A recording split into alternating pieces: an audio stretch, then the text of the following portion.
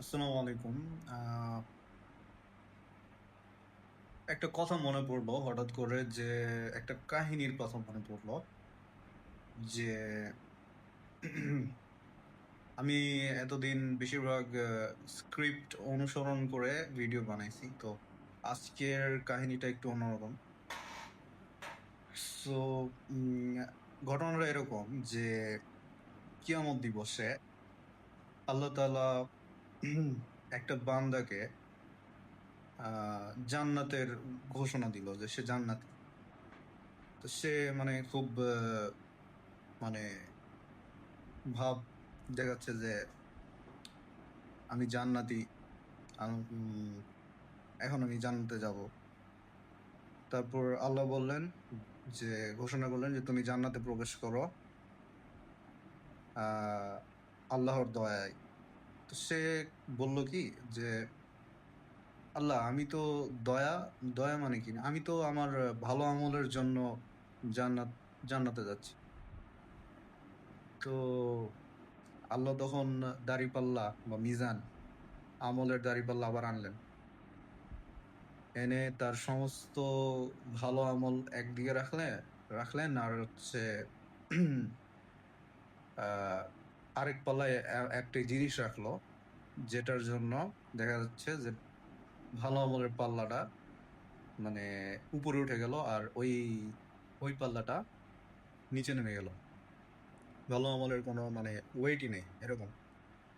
So আল্লাহ আল্লাহকে সে জিজ্ঞেস করলো, এই পাল্লাতে আপনি কি দিলেন যার কারণে মানে কি ভাবতেছে যে পাল্লাতে কি এমন আল্লাহ রাখলেন যার কারণে এটা আমার সমস্ত ভালো আমলের, সারা জীবনের সমস্ত ভালো আমলের আহ কোনো ওজনই থাকলো না।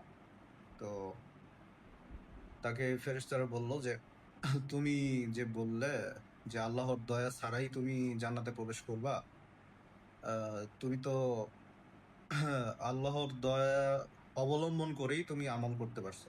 তোমার এই তোমার এই যে পাল্লায় যেটা রাখা হয়েছে সেটা হচ্ছে তোমার আহ তোমার উপর একটা মাত্র আল্লাহর দয়া, যার কারণে তুমি সেটা হচ্ছে তোমার চোখের দৃষ্টি, যেটা দিয়ে তুমি দেখতে পাইছো, কোরআন তেলাওয়াত করছো বা নামাজ পড়ছো।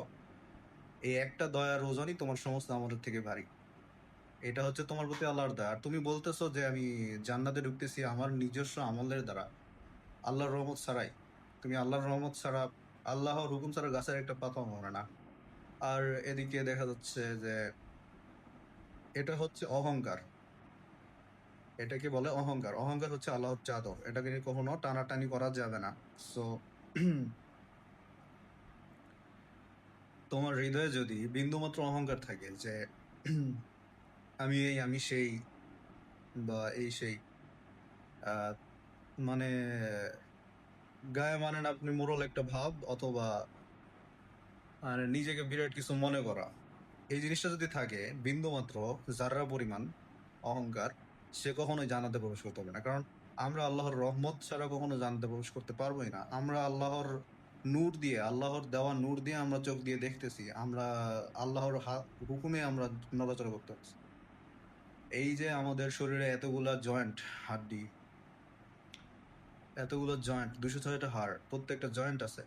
তো এগুলার কাফারা হিসেবে আল্লাহ আমাদের উপর 5 ওয়াক্ত নামাজ ফরজ করেছে। তো আমরা একটু ভেবে দেখি যারা আমরা মুসলিম ভাই বোন, যে আমরা নামাজের কতটুকু কদর করতেছি।